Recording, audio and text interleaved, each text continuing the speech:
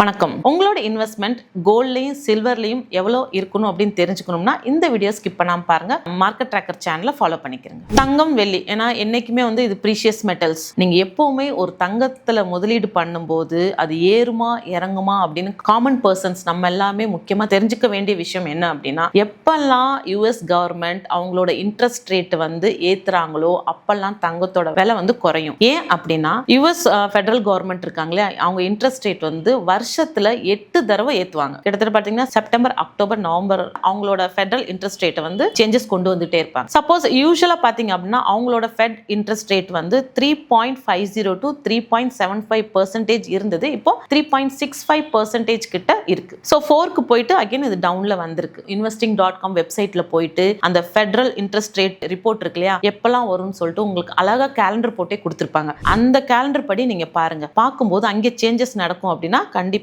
Gold சில்வர்ல changes நடக்கும். So கோல்டோட buyers இல்ல gold shop வச்சிருக்கவங்க ஓனர்ஸ் எல்லாருமே இந்த இன்ட்ரெஸ்ட் ரேட்டை பார்த்து தான் அவங்க தெரிஞ்சுக்குவாங்க தங்கம் ஏறுமா இறங்குமா அப்படின்றது. இன்ட்ரெஸ்ட் ரேட் ஏத்துனா ஏன் தங்கம் இறங்குது? இன்ட்ரெஸ்ட் ரேட் ஏத்தும் போது எல்லாரோட கவனமும் இன்வெஸ்ட் பண்றது எதுல அப்படின்னா பாண்ட்ஸ்ல இன்வெஸ்ட் பண்ணுவாங்க. வட்டி விகிதம் ஏறும்போது பாண்ட்ஸ்ல இன்வெஸ்ட் பண்ணா தான் உங்களுக்கு நல்ல ரிட்டர்ன்ஸ் கிடைக்கும். தங்கத்துல உங்களுக்கு இன்ட்ரெஸ்ட் ரேட் எதுவும் கிடைக்குமா? கிடைக்காது. சரி, அப்ப இன்ஃபிளேஷன் என்ன ஆகும்? Inflation cools down. ஏன்னா இன்ட்ரெஸ்ட் ரேட் ஏத்துறாங்க, நீங்க பர்ச்சேஸ் பண்றதுக்கான வேல்யூ குறைஞ்சிரும். சரி, யூஎஸ்ல இன்ட்ரெஸ்ட் ரேட் ஏத்தும் போது டாலர் வேல்யூ என்ன ஆகும்? டாலர் வேல்யூ ஏறும்போது கோல்டை நீங்க வாங்குறது கம்மியாகும். அமௌண்ட் ஜாஸ்தியா போட்டு தான் நீங்க கோல்டு வாங்குற மாதிரி இருக்கும். ஸோ அதனாலதான் இந்த தங்கம் விலை இறங்கும். இப்ப செப்டம்பர் மந்த்ல ஃபெடரல் ரிப்போர்ட் வரப்போகுது. மேபி பெரிய சேஞ்சஸ் இருக்காது அப்படின்னு சொல்றாங்க. இன்கேஸ் கொஞ்சம் அவங்க ஏத்தினாலுமே இங்க கோல்டு குறையறதுக்கான வாய்ப்புகள் இருக்கு. அப்ப எல்லாரும் சொல்லிக்கிட்டு இருக்காங்க கோல்டு பாதிக்கு பாதி குறைஞ்சிரும் அப்படி வரும் அப்படின்னா கிடையாது. In case any economical global crisis அந்த மாதிரி ஏதாவது வந்தா மட்டும்தான் அப்பவுமே அந்த மாதிரி டைம்ல கோல்டோட ரேட்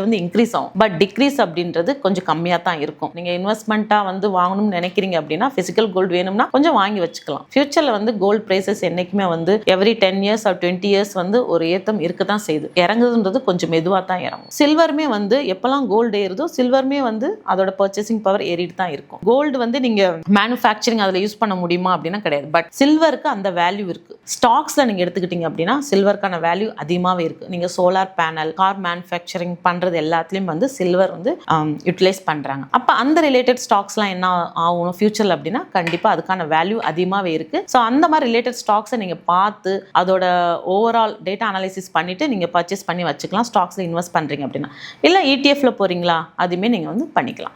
அதுமே உங்களுக்கு வேண்டாம் அப்படின்னு நினைச்சீங்கன்னா நீங்க மியூச்சுவல் ஃபண்ட்ஸ்ல பண்ணலாம். கோல்டுமே நீங்க இன்வெஸ்ட் பண்ணீங்கன்னா கோல்டு இடிஎஃப்ஸ் எல்லாம் இருக்கு. கோல்டு மியூச்சுவல் ஃபண்ட்ஸ்ல நீங்க தாராளமா இன்வெஸ்ட் பண்ணிக்கலாம். எந்த ஃபண்ட் நீங்க இன்வெஸ்ட் பண்ணாலும் அதுல கொஞ்சம் அமௌண்ட் மல்டி அசெட் ஃபண்ட்ஸ்ல இன்வெஸ்ட் பண்ற மாதிரி தான் நீங்க பார்க்கணும். இந்த மாதிரி சூஸ் பண்ணி தான் நாங்க ஃபண்ட்ஸை பிரிச்சு எதுல இன்வெஸ்ட் பண்ணணும் அப்படின்னு சொல்லிட்டு கொடுப்போம். So some amount some percentage அதுல இருக்கணும். அப்ப நீங்க மியூச்சுவல் ஃபண்ட்ஸ் மூலமா இன்வெஸ்ட் பண்ணா பிசிக்கல் கோல்டு நீங்க வாங்கும்போது உங்களுக்கு செய்கூலி, சேதாரம், ஜிஎஸ்டி இது எல்லாமே போட்டு ஒரு அமௌண்ட் கொண்டு வந்துடுறாங்க. ஆனா மியூச்சுவல் ஃபண்ட்ஸ்ல இன்வெஸ்ட் பண்ணும்போது அது எதுவுமே கிடையாது. நீங்க அதுல இன்வெஸ்ட் பண்ணி வைக்கிறீங்க. வச்சதுக்கு அப்புறமா ஒரு 5 years லாங் பீரியட் விடும். 5 years or 10 years விடும்போது உங்களுக்கு நல்ல பர்சன்டேஜ்ல நான் மினிமமா சொல்றேன் 12%, 18% அதுக்கு மேலே வரதுக்கான வாய்ப்பு இருக்கு. இல்ல கொஞ்சம் போச்சு அப்படின்னா 12% தான் போகும். இந்த பர்சன்டேஜ்ல நல்ல ஒரு ரிட்டர்ன்ஸ் உங்களுக்கு கிடைக்கும். அந்த டைம்ல நீங்க கோல்டு வாங்கணும்னு நினைச்சீங்கன்னா சேர்த்து வச்சு வாங்கிக்கலாம். சரியான இன்வெஸ்ட்மெண்ட் அப்படின்னா மியூச்சுவல் ஃபண்ட்ஸ் தான் ஒரு சரியான இன்வெஸ்ட்மெண்ட் கோல்டு பொறுத்த வரைக்கும். சில்வர்ல அப்படின்னா அதுலயுமே நீங்க மியூச்சுவல் ஃபண்ட்ஸ் மூலமா இன்வெஸ்ட் பண்ணிக்கிறீங்க. இல்ல அப்படின்னா சம் ஸ்டாக்ஸ் ரிலேட்டட்ல நீங்க வாங்கிக்கலாம். இதை நீங்க பாத்துக்கிட்டீங்க அப்படின்னா தங்கம் எப்போ வாங்கலாம், வெயிட் பண்ணி வாங்கிக்கலாம் தெரிஞ்சுக்கலாம். எஸ்ஐபி எப்போ பண்ணாலும் ரொம்ப நல்லது தாங்க. இன்னைக்கே கூட நீங்க ஸ்டார்ட் பண்ணலாம். நீங்களும் மியூச்சுவல் ஃபண்ட்ஸ்ல இன்வெஸ்ட் பண்ணணும்னு நினைக்கிறீங்கன்னா கீழே கமெண்ட் செக்ஷன்ல மியூச்சுவல் ஃபண்ட்ஸ் அப்படின்னு கமெண்ட் பண்ணுங்க. நாங்க உங்களை கான்டாக்ட் பண்றோம். தேங்க்யூ.